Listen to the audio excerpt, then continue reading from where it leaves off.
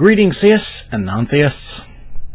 I'm the Atheist Paladin, and of course I'm replying to Dawa Films, and he makes a video that's been done 1,000 times before and then explained precisely why it's wrong.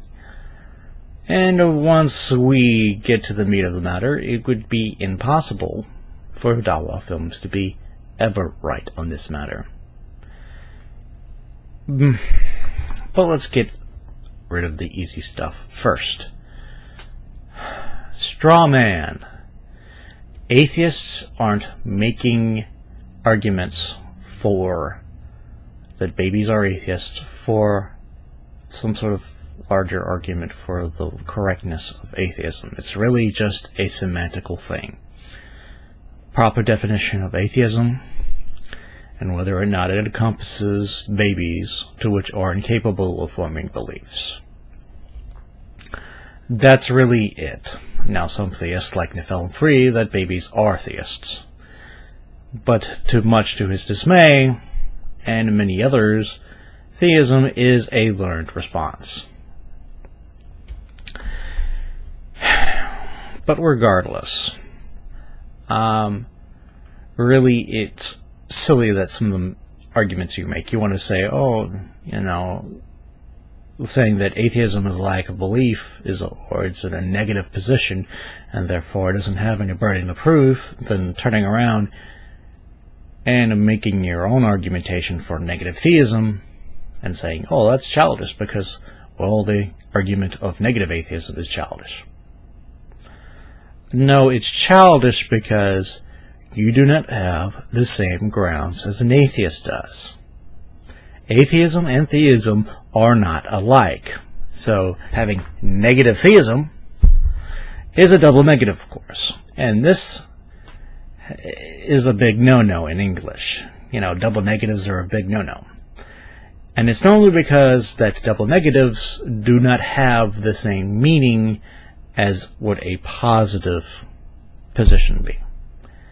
In theism, God exists is a claim, or in your case, positive theism is the claim that God exists. Atheism doesn't believe that. It's that simple. I do not affirm the proposition God exists. Now, whether I do not affirm that proposition because I affirm that God is impossible, namely that would be strong atheism, or I just do not affirm that position because I do not think such a position is yet evidentially verified or logically justified under ontological parsimony. Really, it's that simple. And you want to go on about this and say that theism is the default position. Right. Seriously? Seriously, dude? Yeah, and you want to say, you know, the null hypothesis doesn't apply because it's a scientific application to a larger metaphysical thing. No, it's not. It's repeating of ontological parsimony, except with statistics, except with math, really. That's it. It's simple ontological parsimony. And you probably know this by its proper name. It's called Occam's razor. Not producing things beyond necessity, basically. So you don't want to say something exists without sufficient proof. Really, that's just the layman's way to say it. So you want to say, make the ontological claim that God exists, then you need to put up or shut up. It's the same way with every claim. Either a claim needs to be justified, or they don't. If you think a claim does not need to be justified, then really it's pointless to discuss with you anymore. What can be actually discussed if that's the foundation of your argument, that claims do not have to be justified? Now you'll try to backpedal something and say, well, you weren't really suggesting that, but that's the logical conclusion of making theism the default decision. by saying that your claims should be accepted regardless. Before any argumentation is even made for that position should already be considered true. Or the position that you're coming from.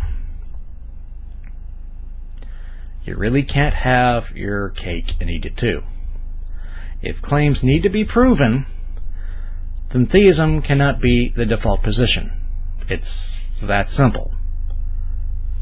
And if you do not really want to accept that, then you've pretty much pissed away all of philosophy. I don't know, why do I have to explain this? Philosophy is about justifying one's thought process through rigorous logical thinking and in some cases inductive thinking, i.e. evidence. That's all the philosophy is. And you want to go on and make this asinine video. It amazes me to no end. If you want to go in your next video, I think that you're implying, in order to justify why theism is the default position, then really don't bother. You can't do it. So, if you want me to believe God exists, if you want me to affirm the proposition that God exists, then you have to provide evidence. It's that simple. Let me boil it down for you. Any claim that makes an ontological claim needs to be proven. This is the antithesis of your claim. To boil it down, I can just simply replace God exists with fairies exist. And fairies are a part of the Icelandic religion. Fairies, gnomes, part of the Icelandic tradition. And they actually play a role in making flowers bloom.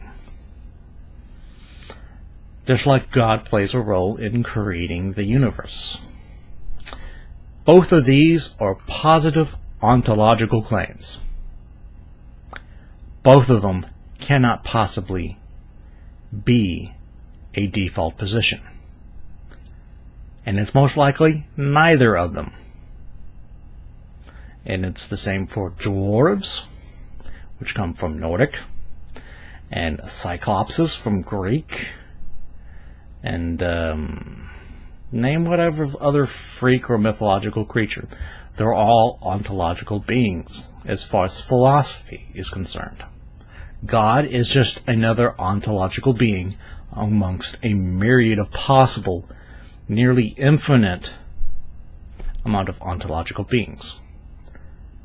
We are just really limited by our imagination. That's why we have the principle of ontological parsimony.